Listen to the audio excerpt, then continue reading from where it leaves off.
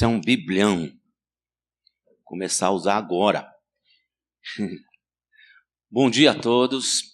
Privilégio conviver esses dias com vocês e dizer da minha admiração pela força de cada um de vocês, de começar de manhã e terminar meia-noite, por causa de alguns pregadores que não têm tranca na boca, e vocês aí firmes. E também parabenizar o pessoal que está nos alojamentos mais profundos desta terra e tem que escalar até aqui e vem conversando, batendo papo e chega aqui respirando normalmente. Eu estou admirado, porque eu paro 4 vezes na escadinha para chegar aqui. Obrigado, vocês são uma bênção, uma inspiração na minha vida. E eu já amava Minas Gerais, amava a cultura, amava a comida. Agora tenho conhecendo tantos pastores, o amor aumenta. E tinha 2 irmãs lá na nossa igreja que elas sempre ficavam tricotando enquanto botava água para ferver. E aquela conversa de 2 mineiras, né? 4 horas sem falar nada. De repente uma assim olha uma fumacinha e disse para a outra: ferveu. Meia hora depois a outra disse: uai, é? Então ela perguntou: pó, pó, pó, pó, pó. Pronto.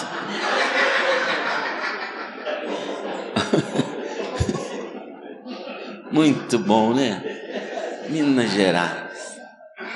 Gostoso. Você tem uma Bíblia aí? Abre, mas nós não vamos ler tudo não, só um pedaço.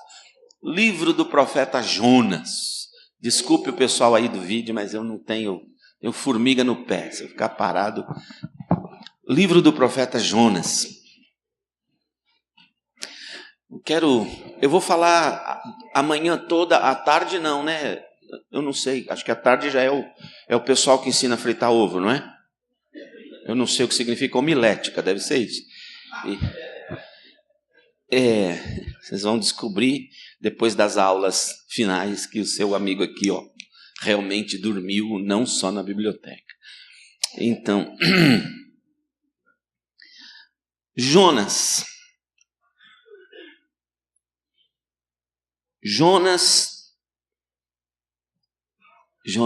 vamos orar. Espírito Santo de Deus,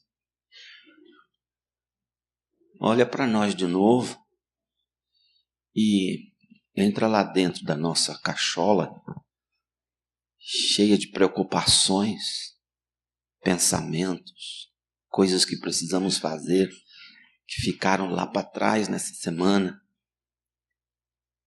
Certamente tem um acúmulo de tarefas, mas Jesus querido, dava para o Senhor entrar hoje na nossa cabeça e trancar todas essas coisas num armário, para a gente tirar a mente de tudo e ficar só na Tua palavra. Nos ajude, Jesus. Ajuda que quando a Tua palavra sair pela minha boca, continue sendo Sua palavra. Livra-me, Deus, das minhas maldades. Livra-me dos meus preconceitos. Livra-me, Deus, de minhas raivas, de meu ódio, de minhas frustrações. Não deixa nada disso filtrar a Tua palavra. Faz com que ela saia, Tua palavra. Em nome de Jesus. Amém. Mais difícil é ouvir do que falar. Dura tarefa é do ouvinte. Nós, vou pôr no singular, eu, quando leio a Bíblia entrou na minha cabeça. Mas ela passa por tantos lugares da minha cabeça que quando sai pela minha boca, corre um risco enorme de já não ser mais a palavra de Deus. E eu tenho que lutar todos os dias quando vou pregar para não pregar à luz de minha raiva, à luz de minha frustração, à luz do meu sentimento de injustiça, à luz de um desejo de vingança e muito menos jamais pregar para dar recado a uma pessoa ou a uma família só da igreja. Porque isso é traição ao resto de meu povo. Se eu tiver que dar um recado a alguém, eu tenho que descer do púlpito e encontrar essa pessoa e, em amor, dar o recado a ela. Mas jamais excluir 100, 200, 50 pessoas de minha igreja, porque eu passei a semana preparando um sermão para servir de carapuça na vida de uma pessoa que eu tenho em mente. Eu estou traindo Jesus e traindo minha igreja. Também não posso deixar que minhas dores decidam o que pregar. Nos últimos dias eu só queria pregar salmos imprecatórios, porque o Senhor vem com a sua vingança, destruirá o ímpio, o mentiroso. Ai, que vontade de pregar tudo isso. Mas toda a raiva que a gente tem de alguém, toda ferida que alguém causou na gente, todo problema na igreja que tirou o nosso sono, depois de 5 anos, não tem nenhuma importância. Você fala, como eu não dormi por causa disso? Então, agora que você já sabe que daqui 5 anos não vai ter importância nenhuma, tira a importância disso hoje. Para que esperar 5 anos? Mas eu não sei nem porque eu estou falando isso. Jonas, só tem 2 momentos na vida de Jonas que nós conhecemos. Esse e um pedaço mais para trás que diz que Jonas deu uma profetada no rei e a profecia saiu certa. Deu certo o que ele falou. Daí ele ficou famoso, foi convidado para ser conselheiro espiritual do imperador. Foi morar num apartamento de cobertura no Palácio Real. E ele era acionado sempre que o rei... Ele virou uma espécie de capelão do rei. Jonas atingiu aquele posto que todo seminarista deseja, pastor de igreja grande. E lá foi o Jonas. Nesse momento, o Senhor começa a falar com ele. Vamos dar uma lida no comecinho. Veio, como que veio a gente não sabe, mas veio a palavra do Senhor a Jonas, filho de Amitai, dizendo, algumas traduções antigas que eu gosto mais diz levanta-te. Aqui diz dispõe-te, vai à grande cidade de Nínive e clama contra ela, porque a sua malícia subiu até mim. Não gosto da tradução malícia, porque a palavra é maldade. Malícia a gente pensa logo que eles estavam olhando a mulher do vizinho, não é? Porque aquilo que mais nos atrai como ser humano é aquilo que a gente mais aponta como pecado, né? Jonas se dispôs, mas para fugir da presença do Senhor. Eu fiz uma série de sermões na minha igreja sobre fugiu. Só sobre fugiu, em cima da história do Jonas. Tem gente na igreja que não consegue perdoar Jonas até hoje. Fugiu para Tarsis. Tendo descido a Jope, achou um navio que ia para Tarsis. Pagou, pois, a sua passagem e embarcou nele para ir com eles para Tarsis, para longe da presença do Senhor. Mas o Senhor lançou sobre o mar um forte vento e fez-se no mar uma grande tempestade, e o navio estava a ponto de despedaçar. Então os marinheiros, cheios de medo, clamavam cada um ao seu Deus e lançavam ao mar a carga que estava no navio para o aliviarem do peso dela. Jonas, porém, havia descido no porão e se deitado e dormia profundamente. Chegou-se a ele o mestre do navio e lhe disse: que se passa contigo? Agarrado no sono? Levanta-te, invoca o teu Deus, talvez assim esse Deus se lembre de nós, para que não pereçamos. E diziam uns aos outros: vinde, lancemos sortes, lancemos uma ação entre amigos.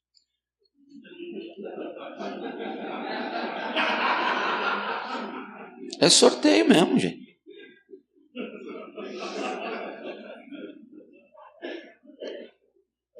A gente confunde as coisas. Sorteio não é pecado. Pecado é vício no jogo. Participar de uma coisa que você pode ter a sorte de ganhar não é pecado nenhum. Pecado é você não mais confiar em Deus para o seu sustento e apostar no jogo para ver se vem alguma coisa de lá. Mas um sorteio não tem problema não. Eu acho que não.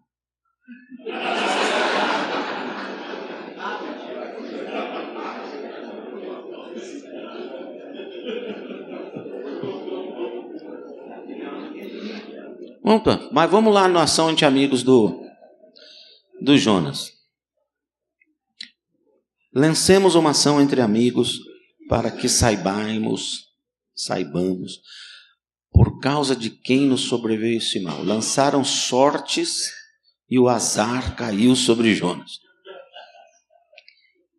Então lhe disseram: declara-nos agora, seu pirralho, por causa de quem nos sobreveio esse mal, seu filho de um jegue. Que ocupação é a tua? Tu não deve fazer nada, deve ser um ator, um vagabundo. De onde você vem? Deve ser de macacos. Qual a tua terra? Deve ser o Vale do Jequitinhonha. E de que povo és tu? Povo do Lava Jato? Ele respondeu: sou hebreu, raça nobre, superior. Nosso único problema foi com Hitler, mas no mais todo mundo acha que a gente é superior. E eu sou crente da primeira igreja batista. O Deus do céu, que fez o mar e a terra.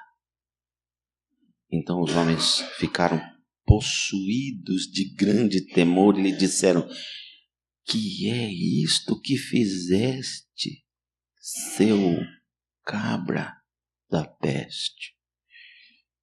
Pois sabiam os homens que ele fugia da presença de quem não se pode fugir. Porque ele mesmo havia declarado isso. Disseram-lhe: que faremos para que o mar se nos acalme? Porque o mar se ia tornando cada vez mais tempestuoso. Respondeu-lhes: tomai-me, me pega pelo cangote e lançai-me ao mar. E o mar se aquietará, porque ele tem fome de Jonas. Porque eu sei que, por minha causa, veio sobre a cabeça de vocês essa tempestade. Mas os homens remavam, esforçando-se para acalmar a tempestade, mas não podiam, porquanto o mar ia se tornando cada vez mais tempestuoso contra eles. Então clamaram ao Senhor e disseram: ah, Senhor do Jonas, rogamos-te que não pereçamos por causa da vida deste homem. E não faças cair sobre nós este sangue. Quanto a nós, esse homem é inocente. Porque agora a gente sabe que você fez o que você achou que tinha que fazer, Deus. Então nós vamos obedecer. Com a dó enorme de matar esse mané. E lançaram Jonas no mar. E cessou o mar da sua fúria. Então aquele povo tudo converteu. Temeram, pois, estes homens. Em extremo, crente radical, dizimista. tremeram em extremo ao Senhor e ofereceram sacrifícios ao Senhor e fizeram votos de segui-lo para sempre. Deparou o Senhor um grande peixe para que tragasse a Jonas. E este esteve 3 dias e 3 noites no ventre do peixe.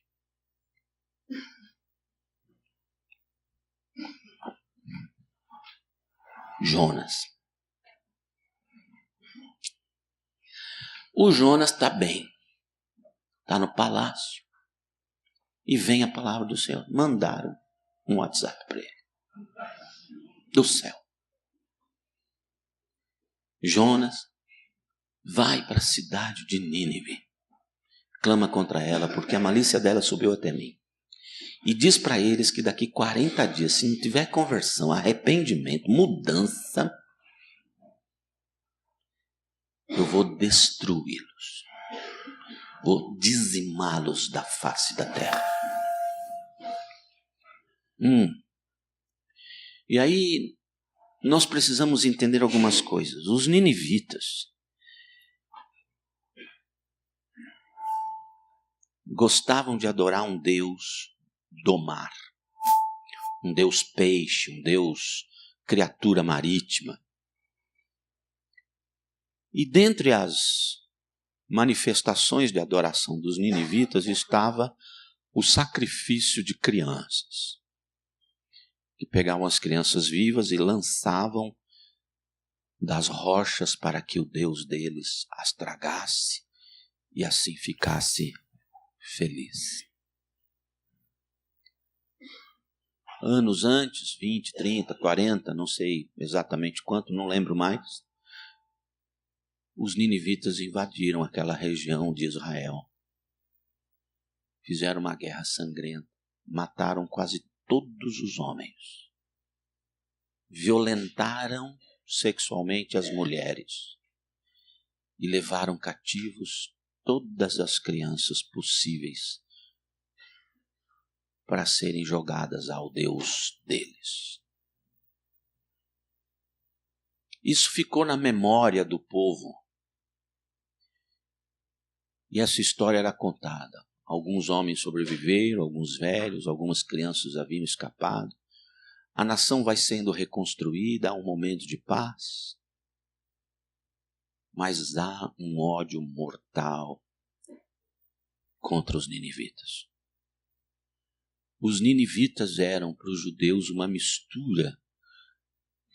mistura de Argentina e Alemanha contra o Brasil.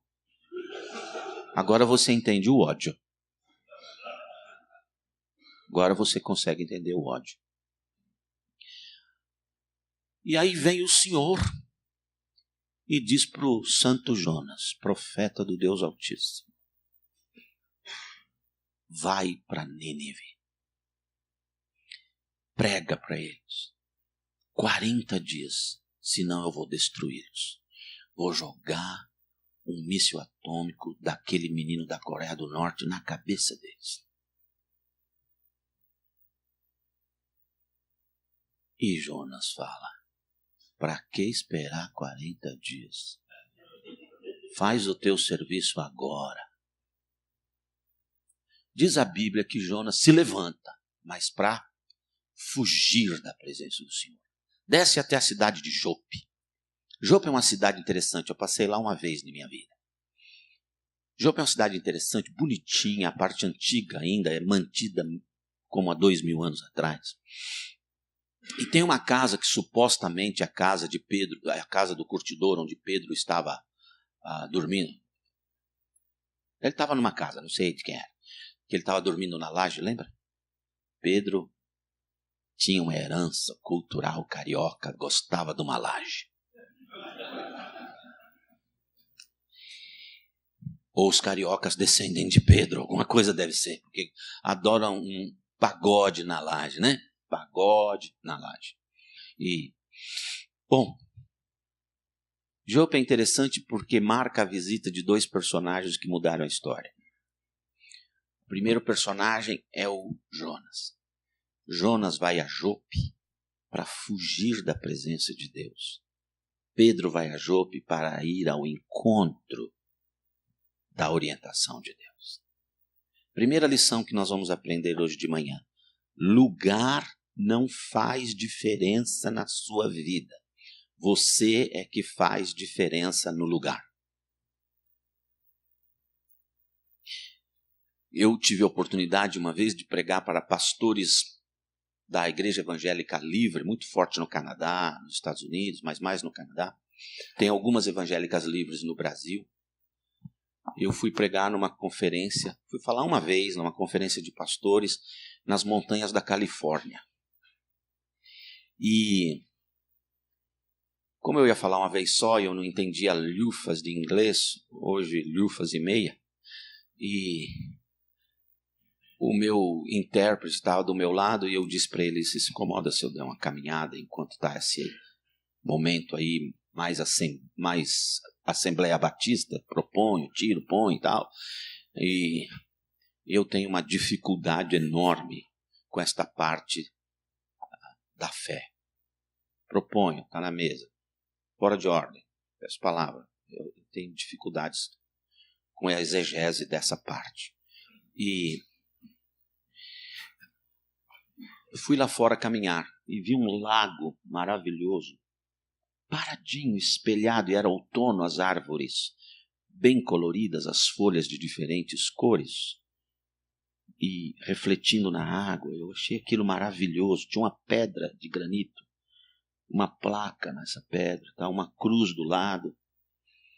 Aí eu dei as costas para isso e tinha aqui uma montanha.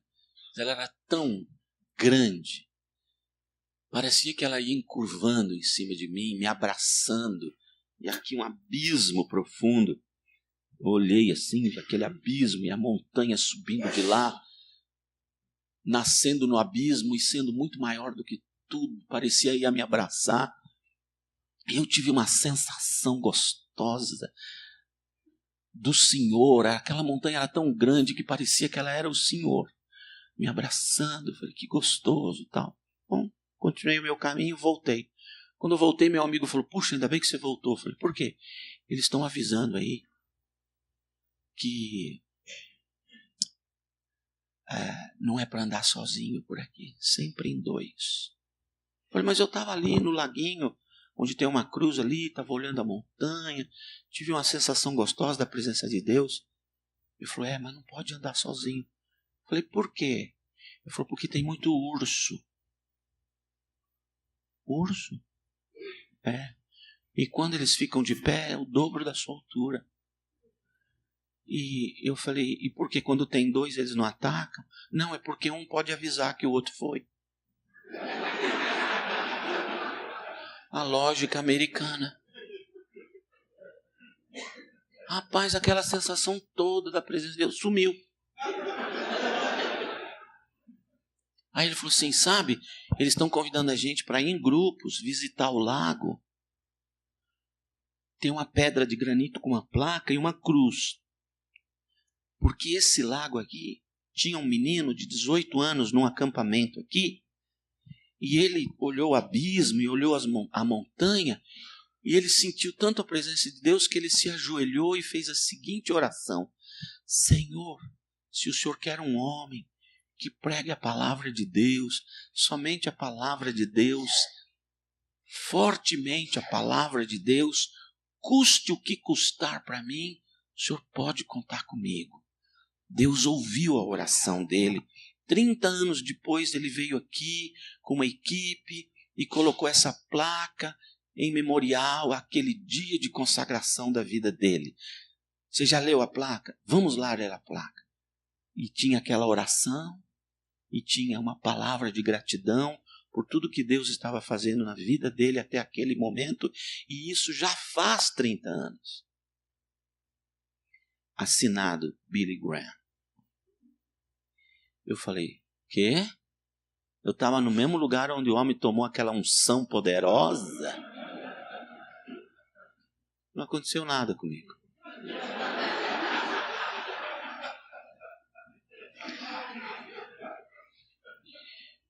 Porque o lugar não faz nada com você.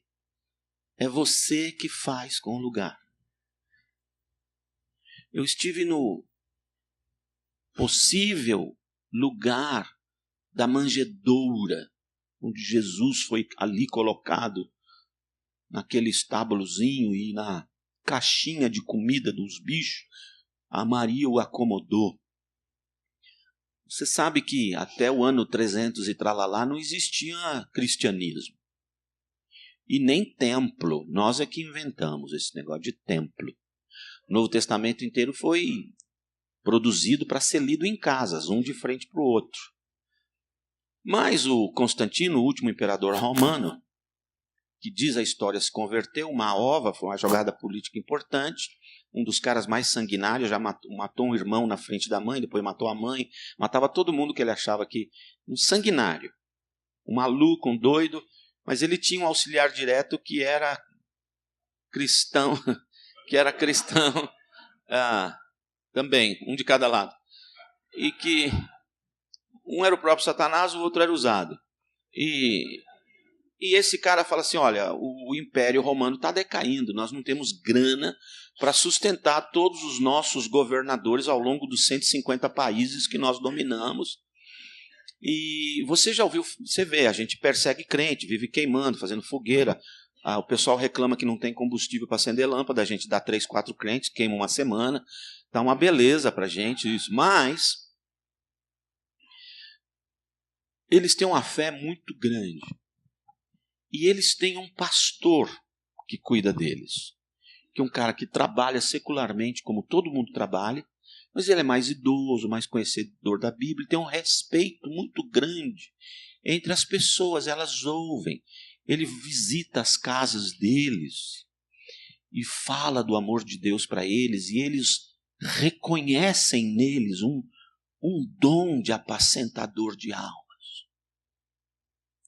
E, se eu fosse você, eu chamaria esses caras e falava para ele, de hoje em diante, vocês vão ser sustentados pelo Estado romano.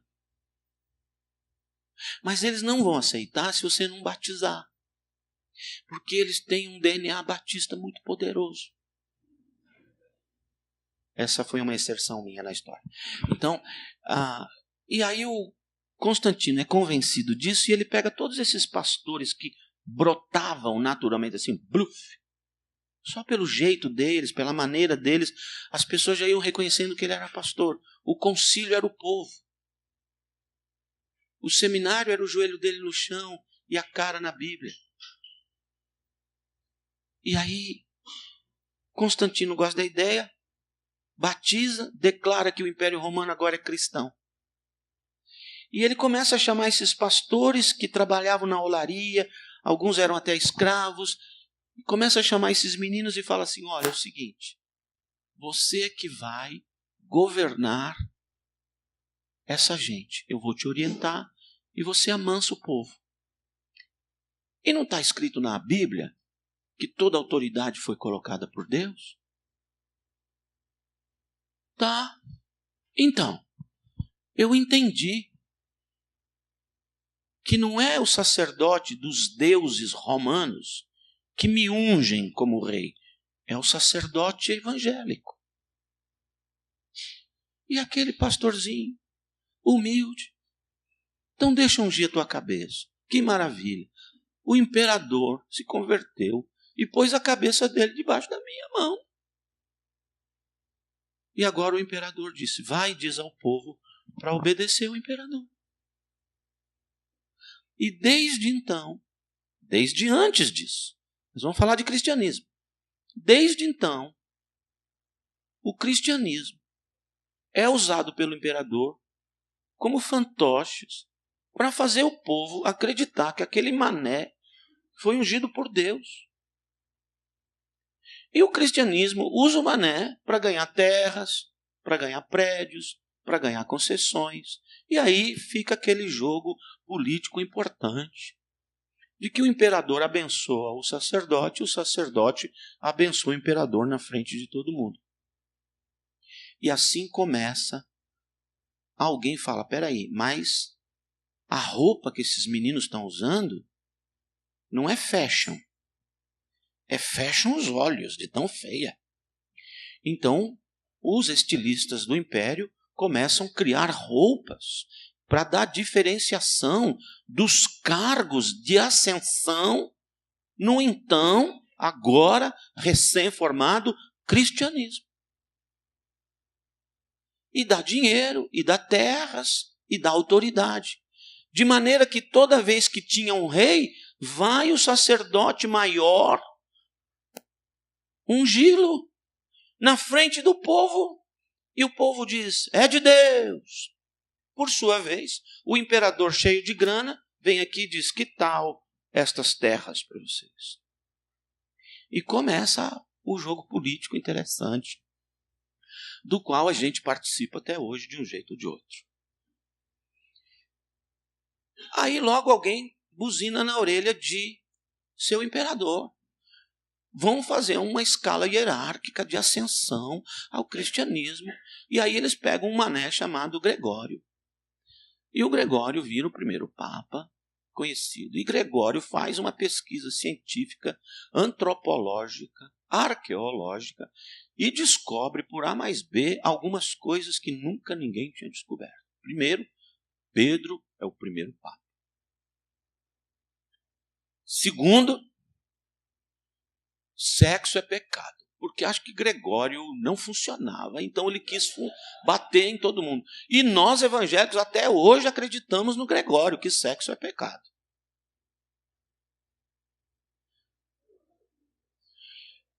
E o Gregório inventa um monte de coisa maluca e se torna o maior papa da história.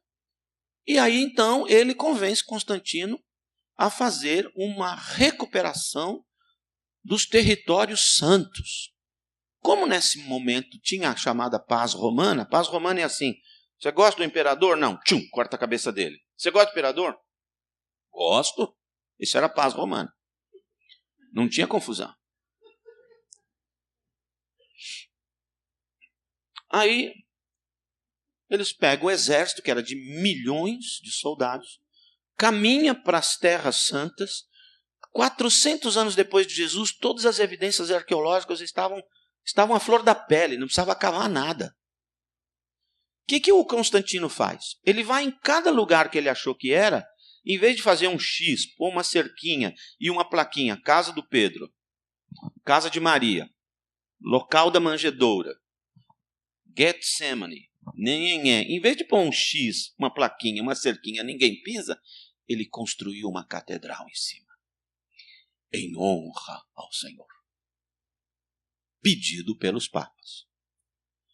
Se você vai a Jerusalém e vai no túmulo de Jesus, ele fala, aqui é o túmulo de Jesus? Mas lá para baixo, naquele buraco? É. E era um lugar de rocha granito, dura pra caramba. E ele fala assim, mas o meu Senhor não pode ficar rebaixado, ele tem que estar exaltado. Qual o caminho? Ele pegou milhares de soldados com ferramentas pequenas e do tamanho de 2 campos de futebol quase. Ele começa a cavar a rocha para baixo, em volta do túmulo. Ele cavou tanto para baixo que o túmulo ficou para cima. E construiu uma catedral de todo tamanho por cima. Que guerra já derrubou um pedaço, já foi reconstruído. E aí cercaram de madeira, não sei das quantas, uma nhaca, hoje controlada pela Igreja Ortodoxa Russa. Aquele lugar já passou na mão de muita gente, um vende para o outro. Que é um baita do comércio legal. Mas os evangélicos têm outro túmulo de Jesus, essa é uma outra história, um dia a gente conta. E cada um vai no túmulo que mais gosta, é ou não é? Então, esse foi o Constantino. Constantino fez tudo isso, inventou toda essa bagunça por causa desse conchavo, dessa coisa que a gente percebeu. Uma vez eu estava em São Mateus, São Paulo, há mais ou menos 35 anos atrás, e eu fui ver um discurso do Maluf em praça pública, promovido pela Assembleia de Deus daquela região. Nada contra a Assembleia, só estou contando os fatos da história. E ele subiu no palanque e eu estava atrás do palanque, muito perto dele. E ele disse assim, aquele povo da bleia, tudo lá, povo da congregação cristã. E o assessor dele falou, é Assembleia de Deus, Assembleia de Deus. Porque a Assembleia de Deus é a maior congregação de cristãos dessa cidade. Esse era Maluf. O cara era uma fera. Você sabe, né? Deputado nunca erra. Outro dia um deputado desembarcou aqui no aeroporto de Confins. Quando ele estava saindo, ele encontrou uma senhora, esposa de um amigo dele. Ele disse, dona fulana, que prazer revê-la. Como vai o seu excelentíssimo marido? E ela disse, deputado, faz 2 anos que ele morreu. Morreu para a senhora, porque para mim está vivo no meu coração. Deputado é joia, né? Eu acho muito legal. Graças a Deus a gente tem uns crentes, né? Então,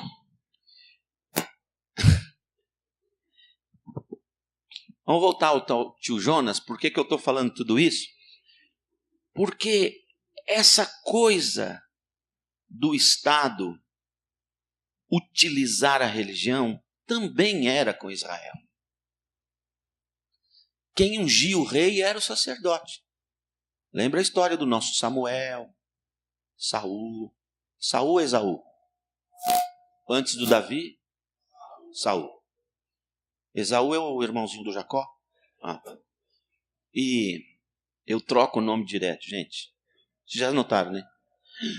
Outro dia eu botei o Nicodemos na árvore. E minha mulher no primeiro banco, não é Nicodemos. E eu não entendia. Até que eu entendi. Eu falei, desce daí, Nicodemos, que essa árvore não é tua. O que eu estava falando do político, o que é? A gente é igual, podre igualzinho. Então, lá naquele tempo, Jonas está apadrinhado pelo imperador, que por sua vez não anda sem o sacerdote. Porque onde quer que ele vá, o sacerdote vai. É tão interessante que até bem pouco tempo, em qualquer discurso, em qualquer ajuntamento aqui no Brasil, nós começávamos assim, senhoras e senhores presentes, autoridades civis, militares e... Tem que andar junto, porque mostra para o povo a santidade do líder, a pureza do líder, sacerdote do lado. Lembra de Saul? Saul é o irmão, antes do Davi, Saul. Lembra do Saul? Aprontou todas e disse para o sacerdote, sobe comigo as escadarias do templo. Por quê? Porque o povo vai ver que está tudo bem comigo. É desde sempre.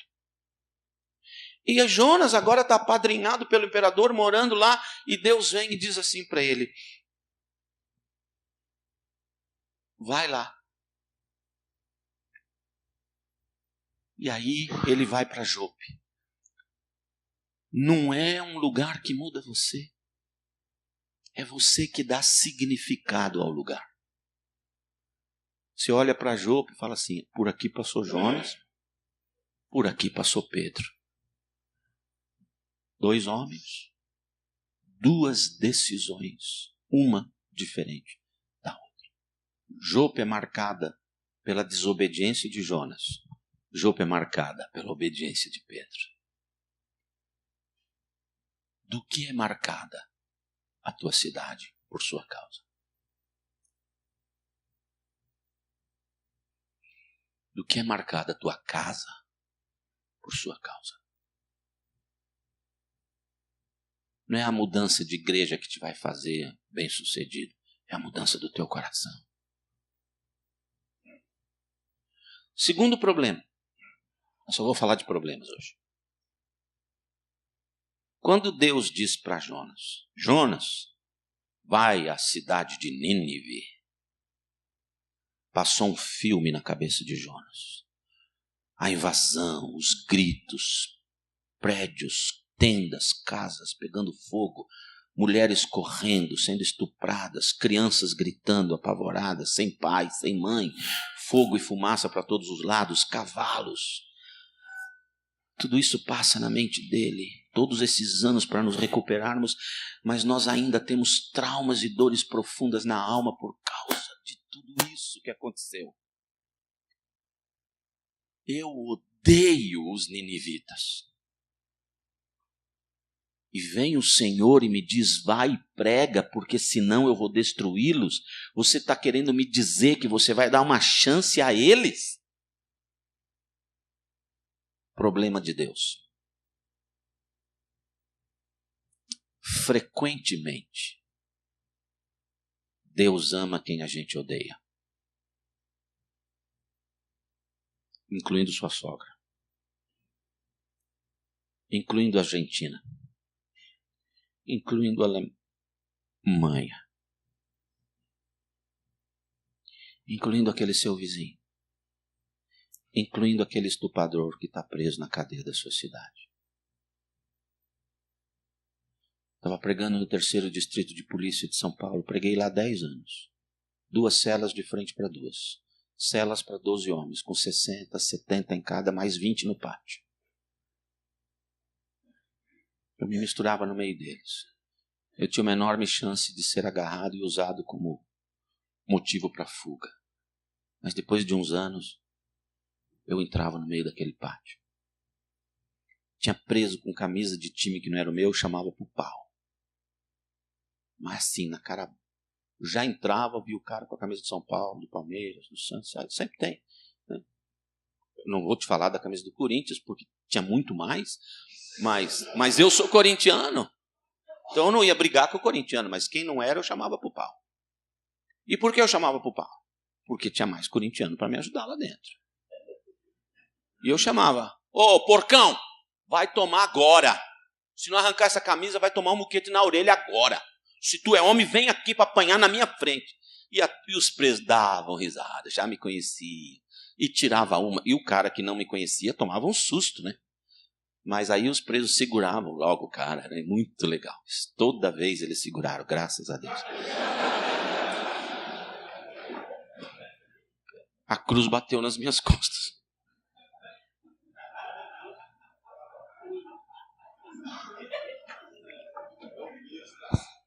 É o peso do pecado meu ali. Meu, bateu mesmo. Legal que eu estava com dor no cotovelo, agora dá dor nas costas. O pessoal falou para mim, pô, Nacifão, você é um cara, parece tão inteligente, como é que você é corintiano? Eu falei, por causa de minha consagração a Jesus. Eu fui no seminário e tive como professor Russell Shedd. Russell Shedd me deu Apocalipse, Lucas, Novo Testamento. Estudei com ele pra caramba. E eu lembro uma vez, ele disse uma coisa que eu entendi, que eu tinha que torcer pro Corinthians. Ele foi claro. Quem tem ouvidos para ouvir, a profecia ouça. Ele disse, se você quer ser um homem usado por Deus, tem que ser um homem humilhado.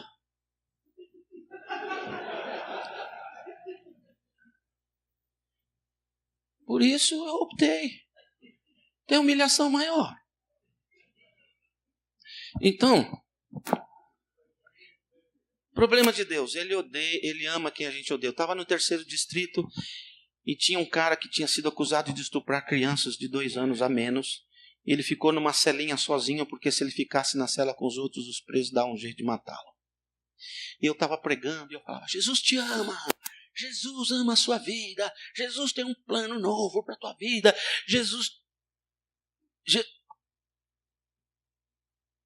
E quando eu vi aquele cara encolhido naquela cela, quietinho, eu imaginei um filho meu nas mãos dele. E eu queria entrar lá e matá-lo de pouquinho. Arrancar pedacinho por pedacinho. Não esquece, eu sou árabe. Eu queria judiar muito dele. Não. Eu queria explodir ele com biriba. Sabe o que é aquela? Uma de cada vez.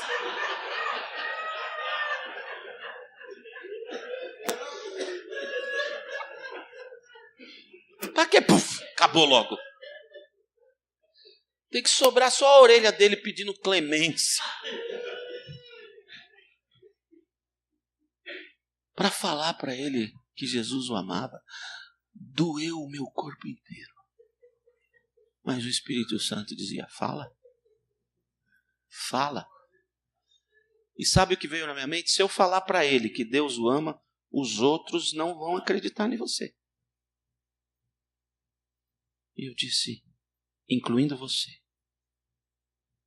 Deus pode mudar a tua vida, porque Ele também morreu na cruz por você. Mas foi muito difícil. Jesus ama quem a gente odeia. Que hora tem que parar aqui? 10? Para o café é 10? Tá bom.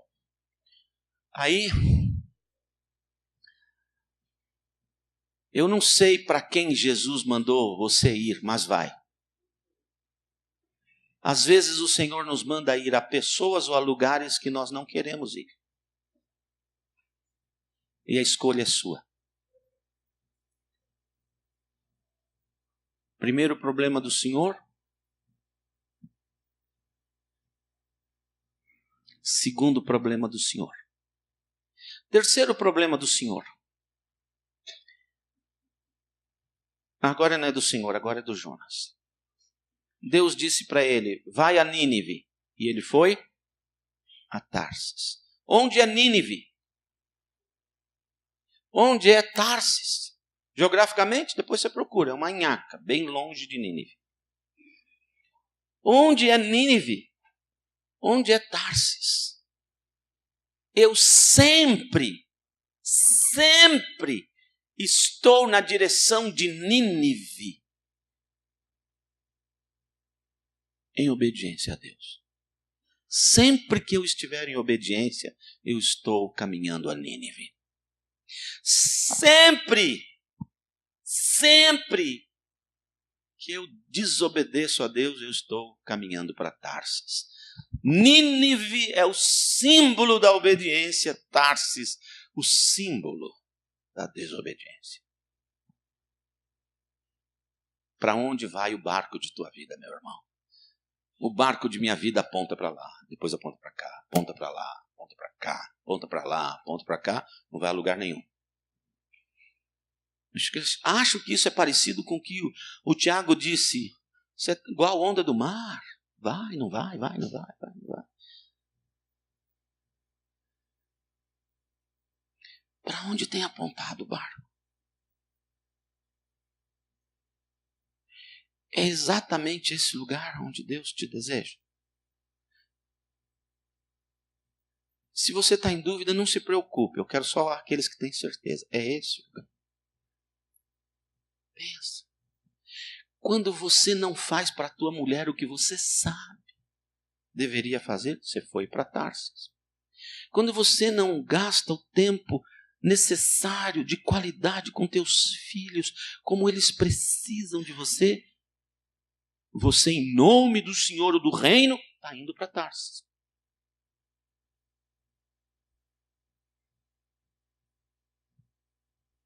Nenhum sucesso, nenhum crescimento justificará o barco apontado para Tarsis. Outro problema do Jonas e de Deus. Perfil do desobediente. Olha o perfil do desobediente. Pensa comigo. Desce Jonas a Jope. Desce Jonas ao porão do navio. Desce Jonas no fundo do mar. Desce Jonas na goela da baleia. Ou do peixe. Perfil do desobediente, para baixo. Afundando. Quem desobedece, sofre. Há sofrimento na obediência, felicidade no resultado. Há conforto na desobediência, desgraça no resultado. Perfil do desobediente. Bom, outro problema. Agora é o problema de Deus. Jonas entra no barco, se mete lá no porão, não quer papo com ninguém.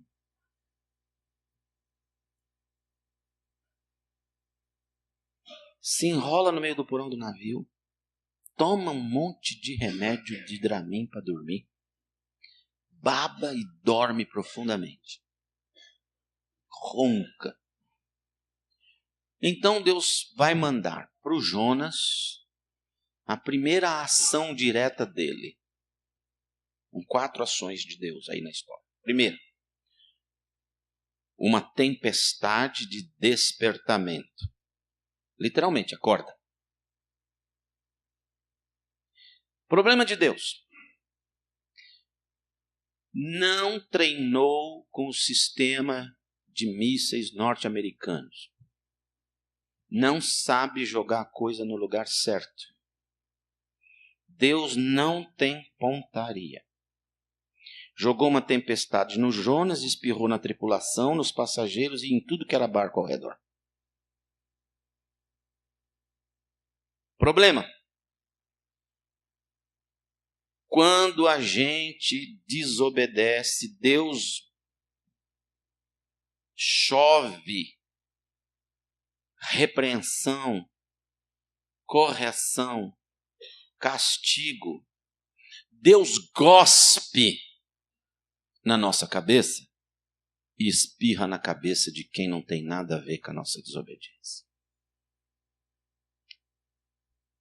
O que aquele povo tinha a ver com o Jonas?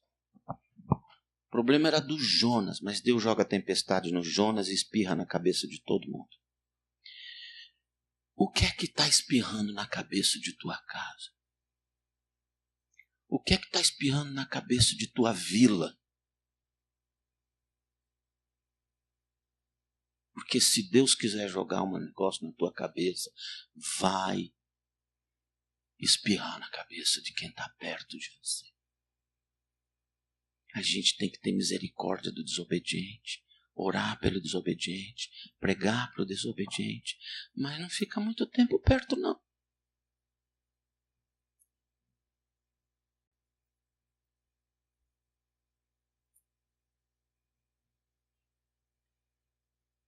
Deus não tem boa pontaria.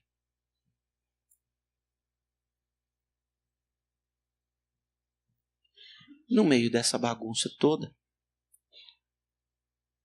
os ímpios, esse povo perdido, idólatra, feiticeiros, bruxos, povo que manda despacho, que manda urucubaca, ziquezira, macumba, boa cumba, todo tipo de cumba.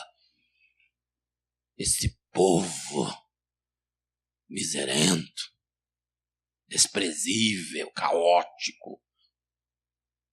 Esse povo aí tinha mais discernimento espiritual do que o profeta do Deus Altíssimo que dormia no porão, o sono da indiferença.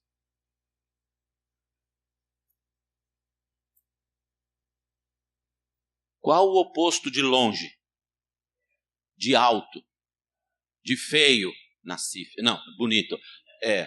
Qual o oposto de magro? Qual o oposto de amor? Ódio é um jeito de amar. É indiferença.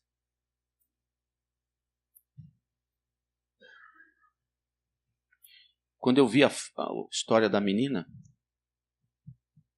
eu pensei, amo ou não amo? Me envolvo ou é indiferente para mim?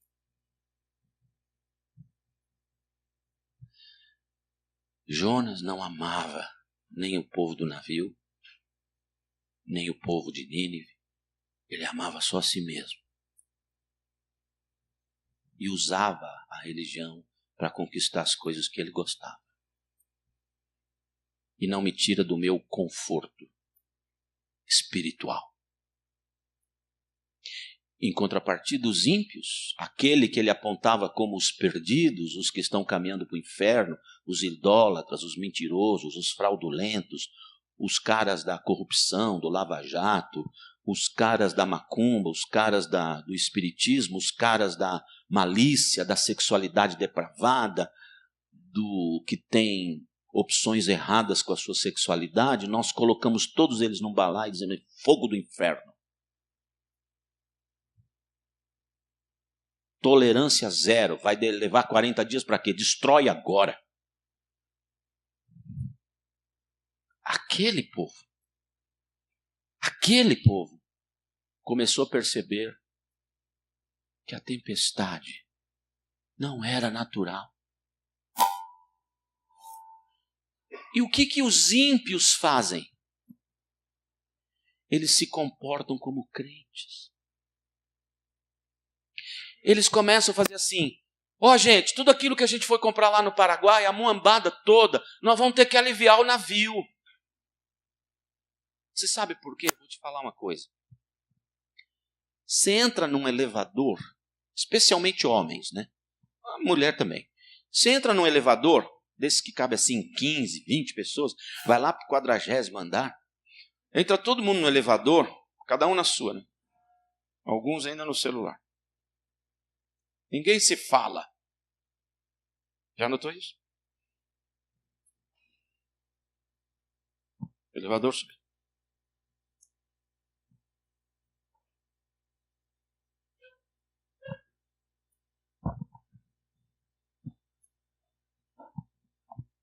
Essa é a conversa de elevador.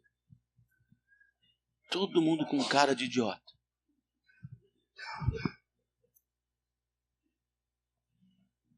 De repente o elevador faz... Todo mundo assim. Já deu uns berros. Isso foi berro de homem. Porque nessas horas o que tem dentro sai para fora.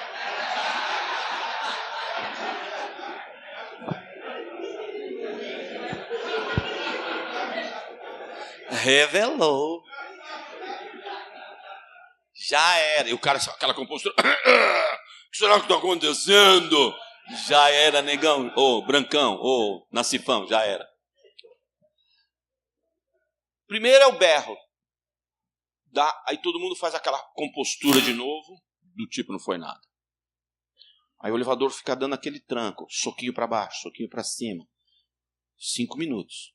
5 minutos depois, a gente já trocou WhatsApp, e-mail, já sabe com quem é casado, de onde veio, o que está fazendo aqui, como é que era. A gente vira amigo. Todo mundo amigo, todo mundo juntos. E se nós formos salvos, nós vamos fazer um dia uma festa para a gente se encontrar, para a gente conhecer o resto da família, uns dos outros. Nós vamos ter um churrasquinho lá em casa, nós vamos fazer um dia de praia. A gente vira amigo desde sempre, porque a tragédia nos faz ser humano outra vez. Nós não somos seres humanos, nós somos uma coisa que parece com o ser humano. Quando Jesus entra no nosso coração, ele vem para resgatar a humanidade. Se você quer ser um homem cheio do Espírito Santo, você não se tornará um ET. Você vai se tornar humano.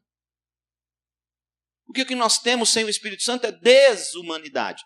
Raiva, ira, ódio, indiferença, egoísmo.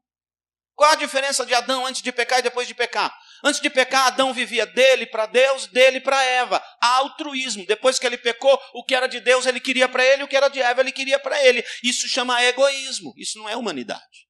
Jesus é chamado de segundo Adão porque ele veio restaurar a humanidade projetada e criada por Deus que se perdeu no pecado.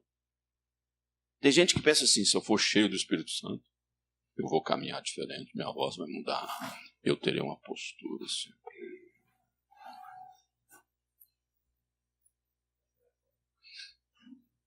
Se você é cheio de Espírito Santo, tô fora. Sai pra lá, jacaré, tu virou um bicho. Sabe? Aquele povo no barco, um olha para o outro Oi, não te conheço, cara, mas vamos ter que jogar. Não, bora, vamos jogar tudo fora. Agora o que interessa é a nossa vida, não é? Então vamos, virou todo mundo amigo no barco. Segunda coisa, alguém fala, gente, seguinte, eu tô aí, água vindo, e tempestade, vento, o barco rangendo, e alguém gritando, gente, eu tô achando que esse negócio é espiritual. Vamos fazer o seguinte, tem algum Deus bravo aí? Não sei se é o meu, é o teu. Vamos fazer o seguinte, todo mundo fazer oferenda, todo mundo fazer sacrifício, resolve a tua vida, cara. Porque vai que é contigo que o teu Deus está bravo e está sobrando para nós. E todo mundo é mesmo, um ajoelha aqui, outro se corta ali, outro dança ali, outro fuma um negócio ali, outro faz não sei o que lá ali, e não sei o que lá, e não sei o que lá, e todo mundo se estrebucha de agradar o Deus dele, e nada, e dá-lhe tempestade, dá-lhe tempestade. Um vira para o outro e fala, caramba, eu ainda acho que é espiritual, e vocês, eu também, esse negócio aí não é normal, deve ter alguma, né? Acho, Jonas. Acorda! Como é que você está dormindo numa situação dessa aí? É incompreensível.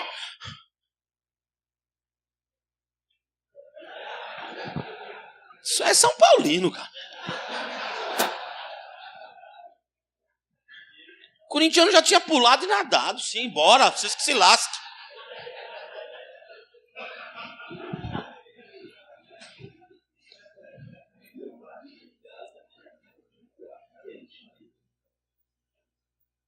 Faz muitos anos que eu não venho assistir um jogo de futebol, mas eu ouvi dizer que lá em São Paulo, se você comprar refrigerante e na tampinha sair o distintivo do São Paulo Futebol Clube ou do Palmeiras, você pode ir na padaria e trocar por um sonho. É verdade?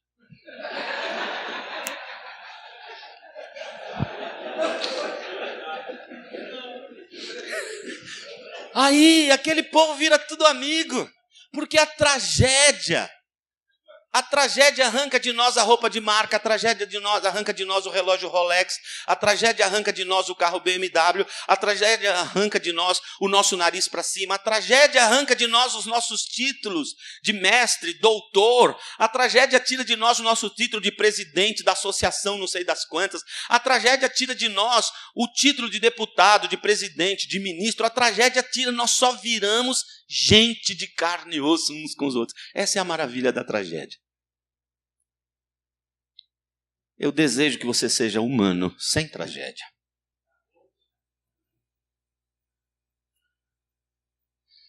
Quando nosso filho estava agonizando na UTI, não fiz nada pensando nisso, mas eu recebi o contato de enfermeiras e médicos depois, dizendo, nós nunca vimos no hospital o que nós vimos com a sua família. Todos nós estamos comovidos. E na UTI, morre 1, 2 todo dia. E infelizmente nós já não nos comovemos mais. Todavia, a maneira como vocês se amam nos impressionou. A maneira como vocês trataram os enfermeiros e médicos nos impressionou. O que é isso? Na tragédia a gente vira gente. Não tem título.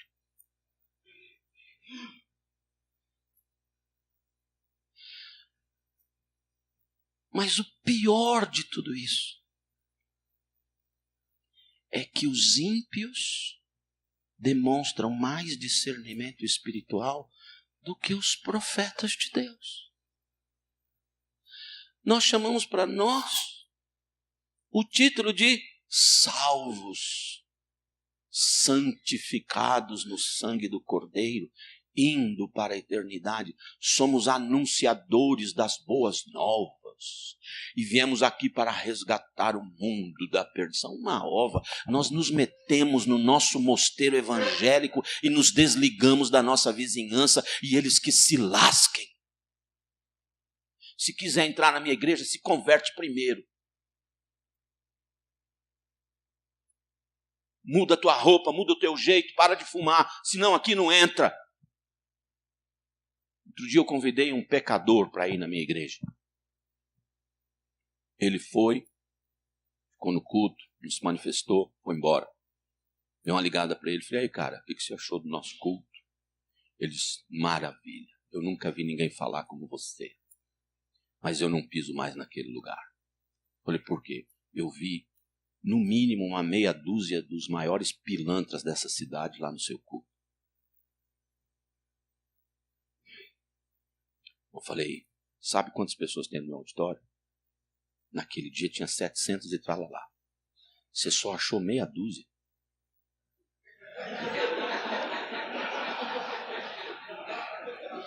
Eu vejo pelo menos 700. E se eu me pôr no auditório, 701. Queria dizer uma coisa para você. Aquela meia dúzia de pilantra da cidade que está no meu auditório me dá mais esperança do que o pilantra que não está no meu auditório. Você vai voltar ou vai continuar sendo um pilantra lá fora?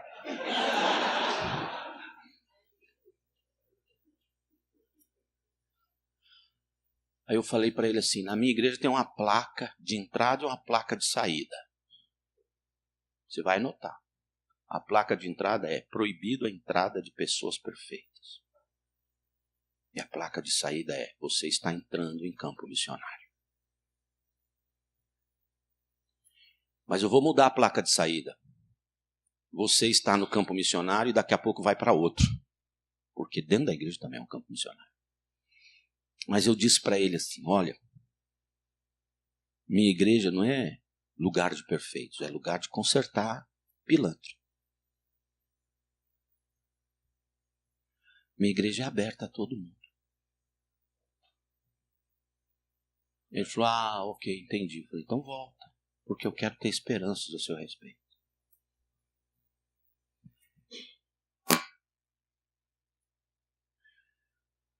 A gente acha que a gente é tão espiritual, mas exclui as pessoas.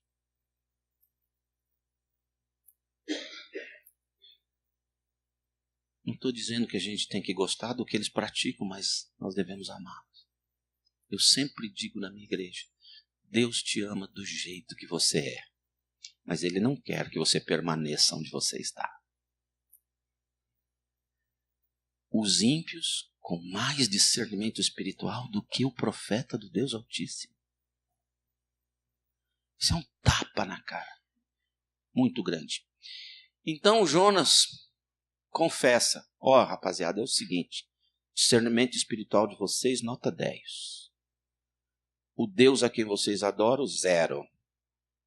Porque o Deus que vocês adoram é o Deus da chuva, o Deus do vento, o Deus do mar, o Deus do céu, o Deus da estrela, o Deus da água, o Deus não sei o quê. E eu queria dizer para você que o meu Deus foi que construiu tudo isso aí. A obra dele. Esses deuses de vocês aí, tudo grupo. Mentira. Engano. O meu Deus é o Deus verdadeiro. E é ele que está bravo. E é comigo. Esse cara é corintiano. Porque ele entrar no meio da torcida do Palmeiras com a camisa do Corinthians e falar assim, sou mais eu, sozinho, no meio daquela multidão. É um idiota, burro pra caramba. Jonas é burro, é valente, mas é burro pra caramba. Porque ele conhece o Senhor, ele está desobedecendo a Deus, cara. É um burro. E aí os caras falam, então adora o teu Deus. Ele falou assim, não. Meu Deus é tão criterioso que quando a gente perde o tempo da adoração, ele não quer mais adoração. Ele até vai dizer mais tarde, algum trecho da Bíblia, usando um outro profeta, dizendo, eu prefiro obediência do que milhares de sacrifícios. Tem momento que a adoração não funciona, cantação não funciona, oração não funciona, dar dízimo não funciona, nada funciona, só funciona uma coisa, obedecê-lo. E eu tenho que obedecer a Deus. E como não tem navio passando para lá, eu precisava ir para Nínive, estou indo para Tarsas. Se vocês querem se livrar da maldição que eu trouxe, só me jogando no mar. E os caras, de jeito nenhum. Você é um inocente. Imagina que nós vamos ter o seu sangue sobre as nossas costas. De novo, os ímpios têm mais amor do que o profeta. eles são mais cheios de Deus nesse momento do que o profeta de Deus. Porque quando uma pessoa beija alguém, pode ser o maior bandido do mundo, mas se ele der um beijo na sua esposa, verdadeiro, naquele momento ele era cheio de Deus, da humanidade que Deus projetou. Ainda há lampejos dessa humanidade dentro dos incrédulos. São portas pelas quais nós deveríamos entrar com o Evangelho.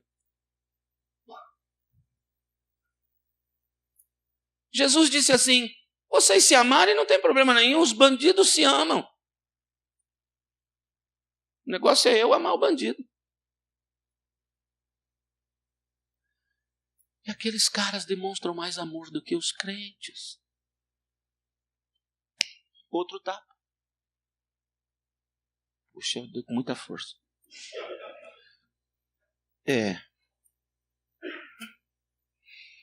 Não tem jeito, diz o Jonas, tem que me jogar na água. E eles o fizeram. Acalma a tempestade. O navio inteiro cai de joelhos e adora o Deus de Jonas. E fazem votos. Somos teus agora. Lição. A igreja de Jesus só muda a história da cidade em 2 momentos. Quando ela obedece o Senhor, ou quando ela reconhece que a desgraça da cidade tem muito a ver com a própria desobediência e ela confessa o seu pecado e se arrepende. Vem avivamento.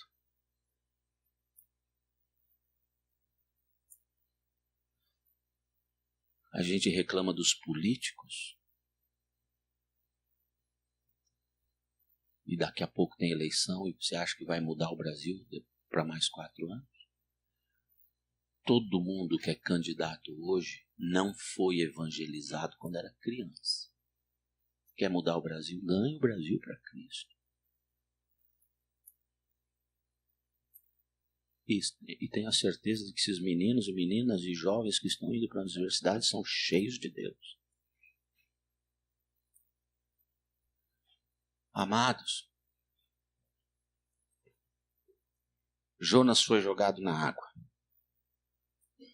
E nós vamos conhecer a segunda ação de Deus depois do cafezinho. Até já.